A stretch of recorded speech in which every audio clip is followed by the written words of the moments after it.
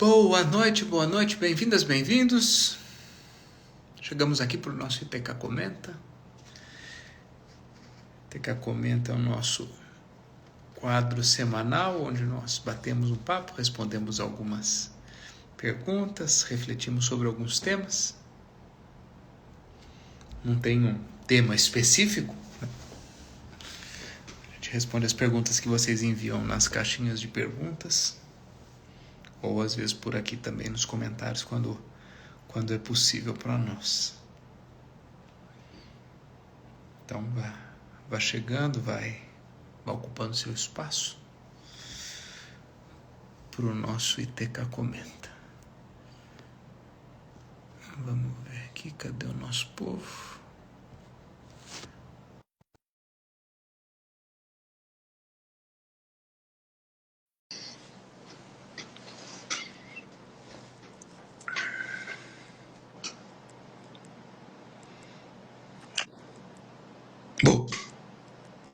Boa noite, muito boa noite.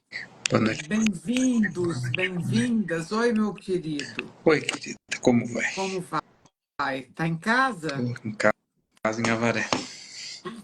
Conseguiu entrar? Você fez o quê? Conseguiu entrar? Consegui. Após uma longa saga. Deus me livre. Estamos todos, só falta o menino.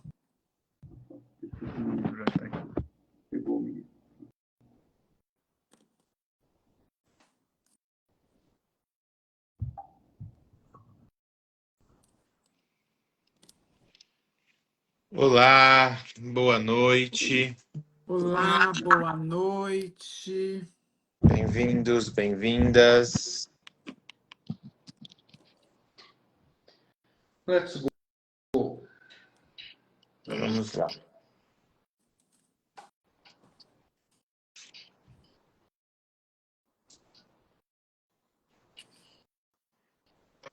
Como deixar de ser controladora? Dizem que os ansiosos pensam que controlam para ter segurança.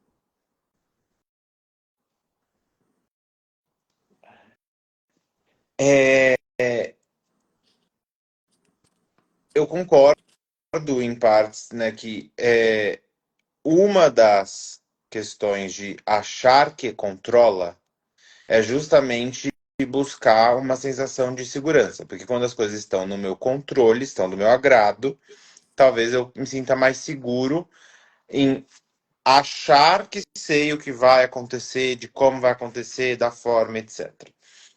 Só que se a gente amplia um pouco isso, no fundo, mesmo quem é muito controlado, quem é muito planejado, organizado, etc., não tem de fato a garantia de que as coisas vão sair conforme planejado. Na semana passada não teve, né? Eu acho que foi no último ITK Comenta, não sei agora se foi no último ou no penúltimo, eu contei para vocês da situação no aniversário do Bruno, né? Onde um vaso de vidro estourou na minha mão e eu precisei ir para o hospital, dar ponto, enfim, algo que estava tipo assim, zero no plano, dentro do meu cronograma, né? E eu me considero alguém que sou muito planejado, eu sou muito controlador nesse sentido do planejamento, principalmente, sabe? E não contava com isso. Nunca era uma situação que eu esperava que fosse acontecer no dia da festa dele aqui em casa, que eu ia receber 60 pessoas, e que tinha comida, e tinha decorado, tudo para ser feito da forma como eu faço, que sou eu que coloco a mão na massa.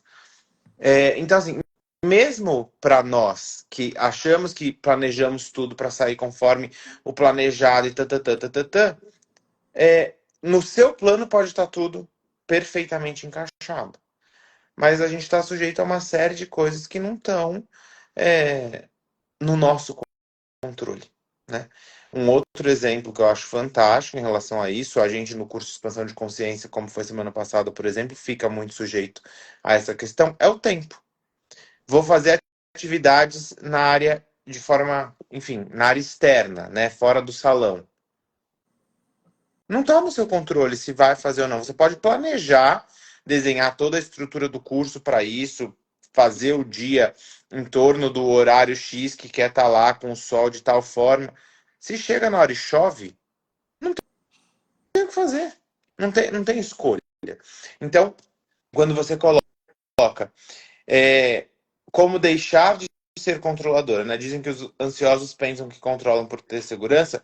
Sim, eu acredito que de alguma forma, a ansiedade que tem em relação ao controle, ela está ligado, sim, a essa questão de buscar uma segurança, mas a sua pergunta de fato, como deixar de ser controladora, vai parecer ridícula a resposta que eu vou te dar, mas é abrir mão do controle. É abrir mão de querer as coisas só do jeito que você quer e passar a aceitar as coisas como elas de fato se apresentam, né? O controle, como eu gosto de enxergar, ele pode estar como um planejamento, como um direcionamento. Mas se não sair conforme você planejou, se não sair conforme você tinha estruturado, tá tudo bem também. Entende? Então, o controle no sentido de te dar um norte, mas não de ser o definitivo de como tem que acontecer. Uma outra reflexão que ajuda muito nessa questão do controle é reconhecer medo do que você sente, né? Medo, por trás dessa necessidade do controle está o medo do quê? Quando a gente pode compreender o medo do que, a gente pode, aos poucos, transformar um pouco esse movimento, né? Eu quero que as coisas, fulano haja de determinada maneira. E aí eu quero controlar a forma como a outra pessoa age. Por quê? Porque eu tenho medo de que se a pessoa agir de um jeito diferente, isso vai ser ruim para ela, que vai ter um prejuízo na vida dela, que vai ser... Então, quando a gente começa a compreender quais são os medos que estão por trás da nossa necessidade de controle, a gente pode, aos poucos, trabalhar muitas vezes as feridas que nos levam para esse lugar. Eu tenho episódios na minha vida onde coisas ruins aconteceram. Então, eu sinto que eu tenho que estar no controle de tudo, porque se eu não tiver no controle, uma coisa ruim vai acontecer. Eu tive um episódio na minha vida onde houve um prejuízo quando alguém tomou a frente das coisas. Então eu não permito mais que ninguém tome a frente, porque eu acho que se alguém toma a frente que não sou eu, isso vai causar um prejuízo. Eu vivenciei algo na minha vida onde, quando eu não estava no controle daquilo, eu perdi o meu espaço e alguém assumiu aquele lugar lá. Então, eu tenho medo de perder o meu espaço.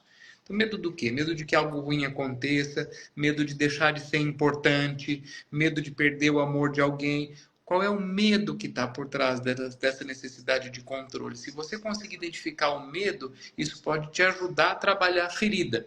E quando você trabalha a ferida desse movimento, pronto, você tende a precisar menos dessa necessidade de controle, porque agora o sentimento não te toma completamente e te impede de fazer uma tomada de decisão que é mais racional. Muito bom. O controle talvez seja uma blindagem que você faz, é uma blindagem para te defender da sua vulnerabilidade em alguma esfera, em algum lugar da sua vida.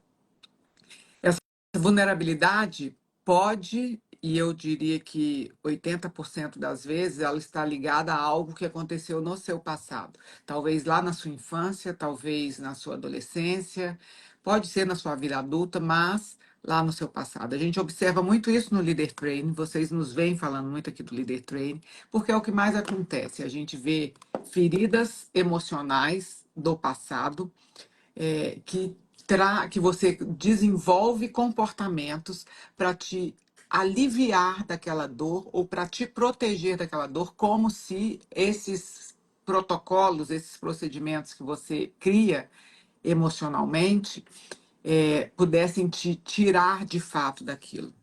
Então é assim.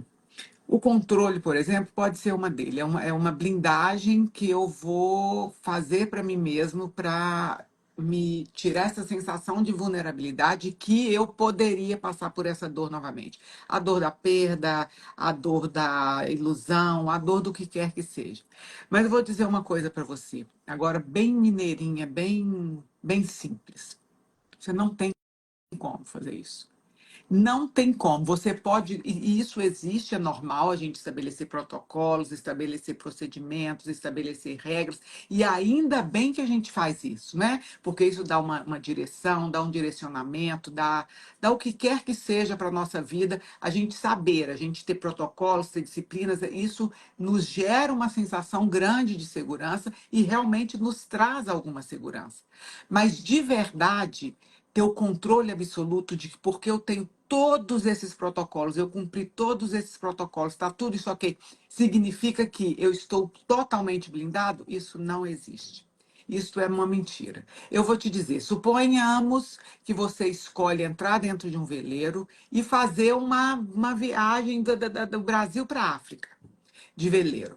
Você vai ter uma série de protocolos e de procedimentos. Você vai saber tudo, você vai ter suas reuniões com com a sua nutricionista, o que, que você vai se alimentar, você vai fazer todos os cursos sobre vento, sobre chuva, sobre onda, sobre temperatura do mar, temperatura do ar, o que, que isso interfere, você vai saber tudo.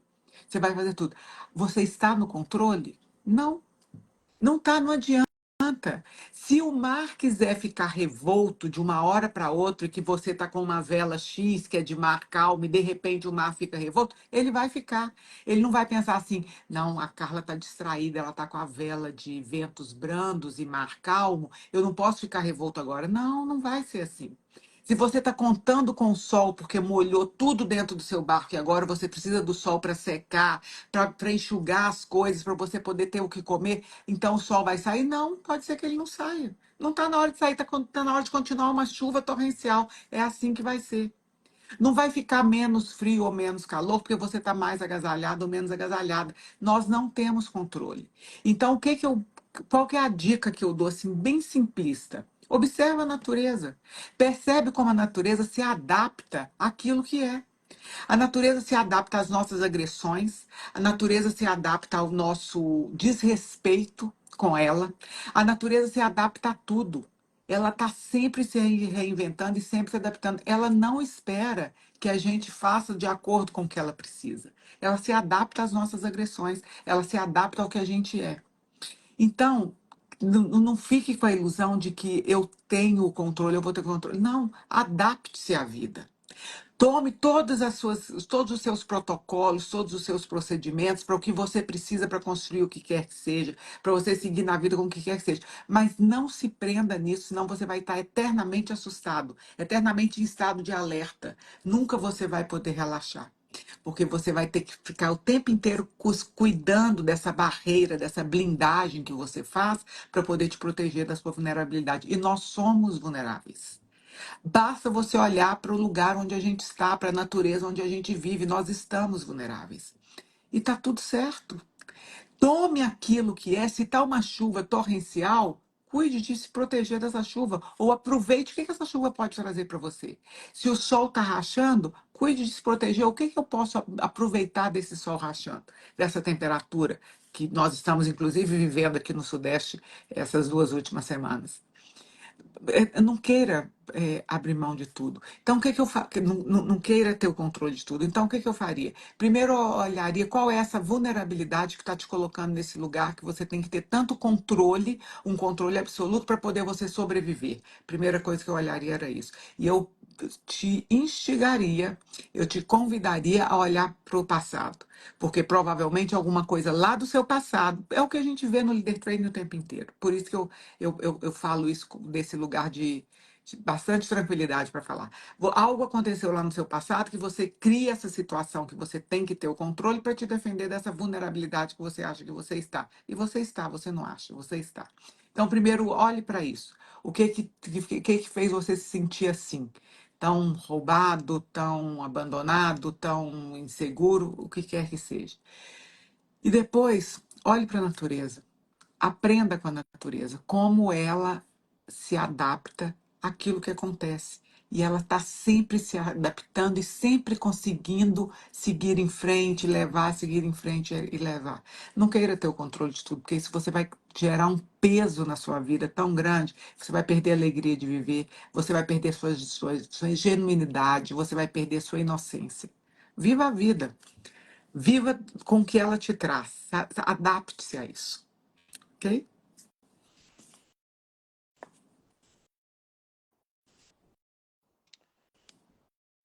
Como se livrar da dependência emocional? Primeiro, reconhecendo do que você tem dependência, né? Do que você depende.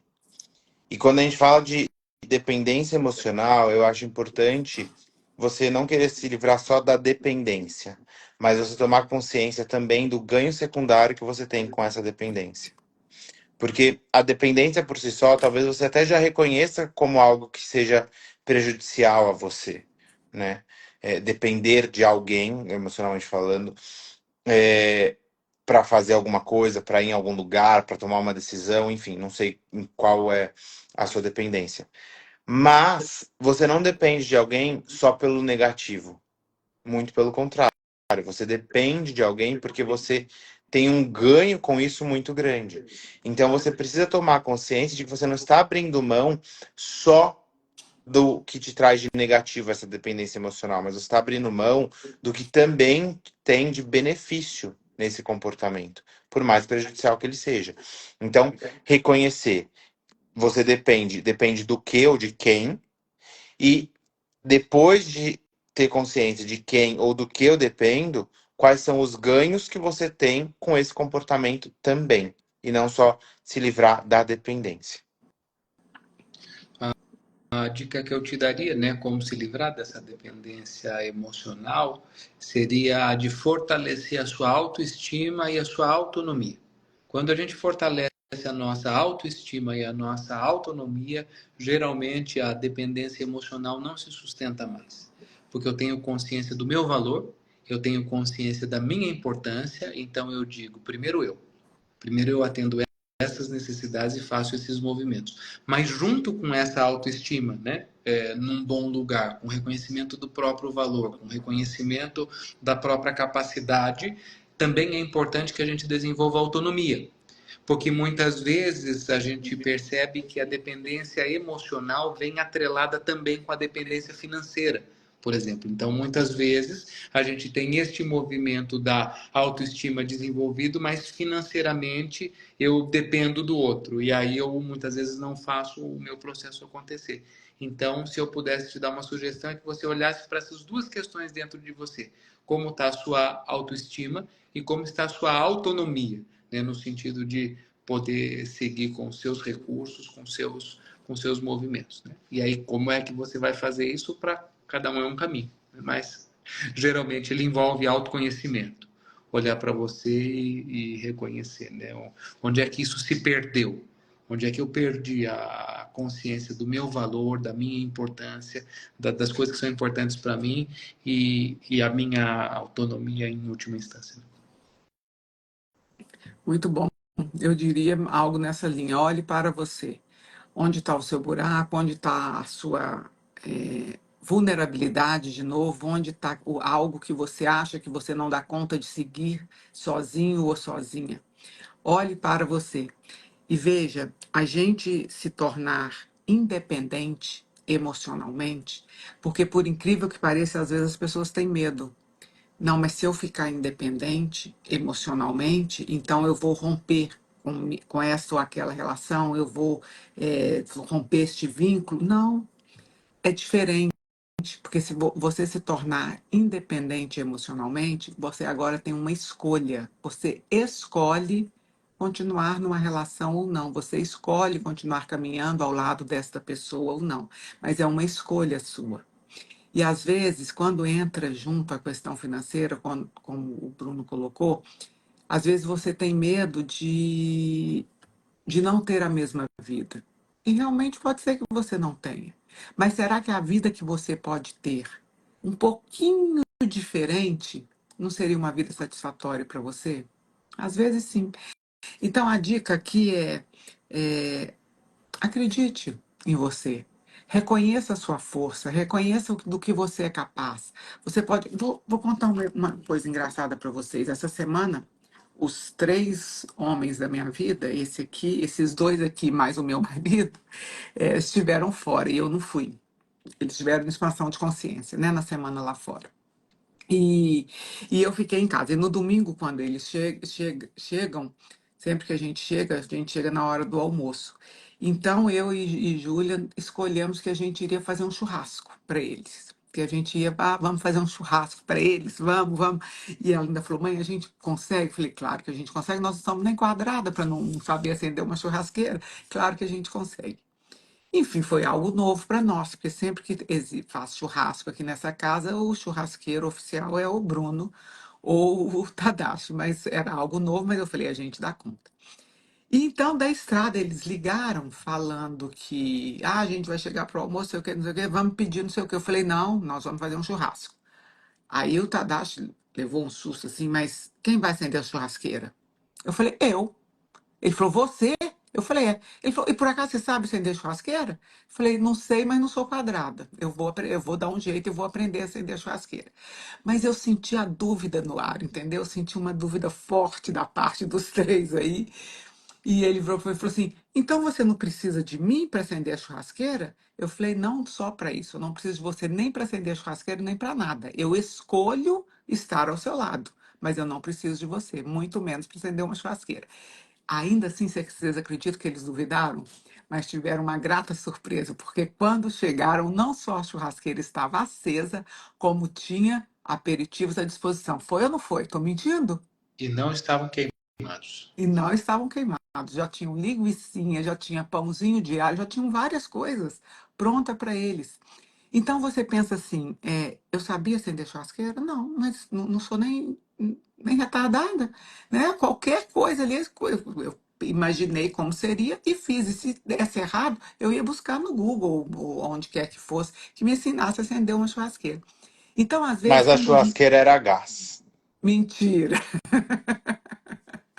Era de carvão mesmo. Tudo bem que eu calcei uma luvinha para poder minhas unhas não ficarem pretas de carvão, mas eu acendi a churrasqueira. Então, o que eu quero contar com isso? Eu quero contar o seguinte, que às vezes o novo, o inesperado, o novo, nos causa algum receio, nos causa algum temor. E por isso a gente pode ficar pensando que sempre tem que ter o outro para fazer aquilo ou isso para nós. E a gente se torna dependente, tanto emocionalmente, quanto fisicamente, quanto financeiramente, o que quer que seja do outro. Mas experimente. Experimente dar os seus pequenos passos. Experimente fazer algo diferente que você acha que você não consegue, só o outro consegue. E você vai conseguir, talvez não tão bem quanto o outro. É claro que provavelmente meu fogo não ficou tão bom quanto o fogo que eles fazem. Mas funcionou. Deu certo, entende? A hora que eles chegaram, eu já passei logo o bastão, lógico. Ó, então, tá aqui, fui até aqui. Agora daqui para frente, minha habilidade acabou, façam vocês. Mas você dá conta. Então, olhe para você, olhe para a sua vulnerabilidade e pare. Fala, poxa, o que eu sou capaz de fazer aqui? Dê o passo que for possível. E às vezes o passo que é possível para você pode se tornar suficiente, sem você precisar de se apoiar no outro.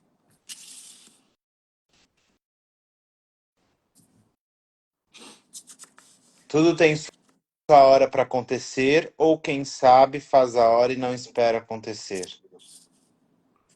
Eu acredito um pouco nos dois, na verdade. Eu, de fato, acredito que existe a hora certa para as coisas acontecerem. Do depoimento que me vem para dar para vocês agora, assim, de mais claro nisso, é o leader training, por exemplo. Quantas pessoas já fizeram leader training, saem de lá extremamente impactadas e querem que vá o marido, a irmã, o pai, a mãe, o tio, o periquito, o papagaio, a qualquer custo. E começa. Você tem que ir, você tem que ir, você tem que ir, você tem que ir, você tem que ir, você tem que ir. E a pessoa não vai. E existe um momento, às vezes é de fato na semana seguinte, às vezes é 10 anos depois, não importa, mas que uma coisa vai ali, estrala dentro daquela pessoa e ela fala, vou pro LT.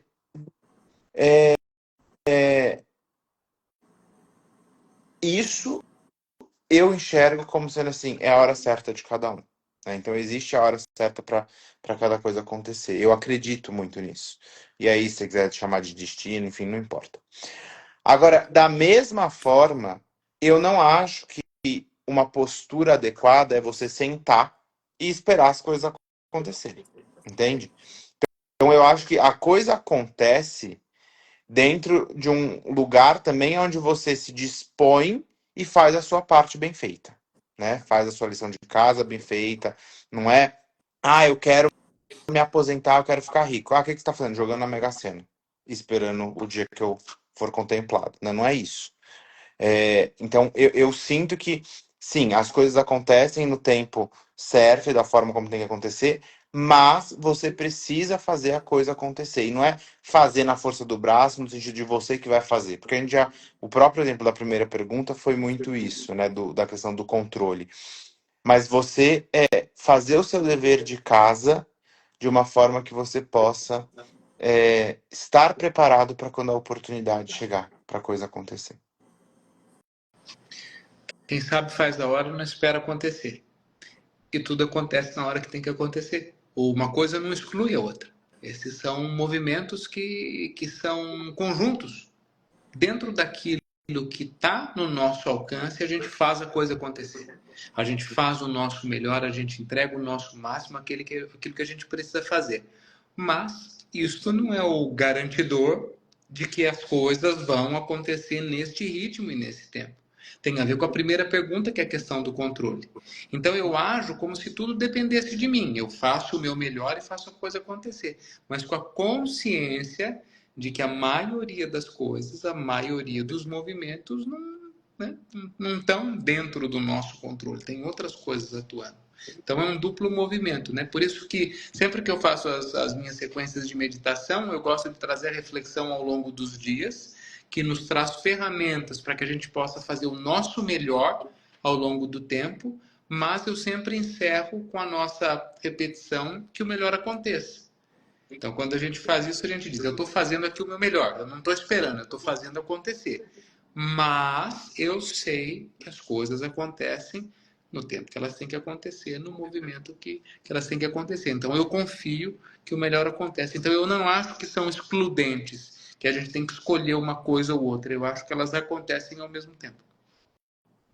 Eu concordo, você faz o seu melhor, você dá o seu melhor, você faz a sua parte. E aí você confia que a vida vai fazer a parte dela. Porque o problema é quando a gente entra numa arrogância de que eu faço o meu melhor, e o meu melhor é que isso que eu entreguei agora, a vida tem que imediatamente me pagar, imediatamente me devolver o tamanho do esforço que eu fiz pelo que eu conseguia. E não é bem assim, não. A vida vai te entregar no momento em que for aquele momento melhor e mais adequado para você. Isso eu acredito, que tem a hora certa para as coisas acontecerem. Não adianta você tirar a laranja do pé quando ela não está madura, que ela não vai ter o mesmo sabor.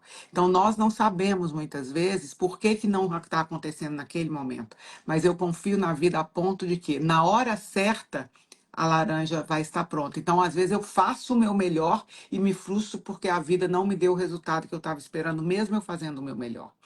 Mas se você puder confiar de que você faz o seu melhor e a hora certa não é você quem determina a hora certa é algo muito maior, é alguém que está muito acima de você, de mim, de tudo isso aqui, que rege e governa tudo isso, essa pessoa sabe exatamente qual é a hora que você precisa.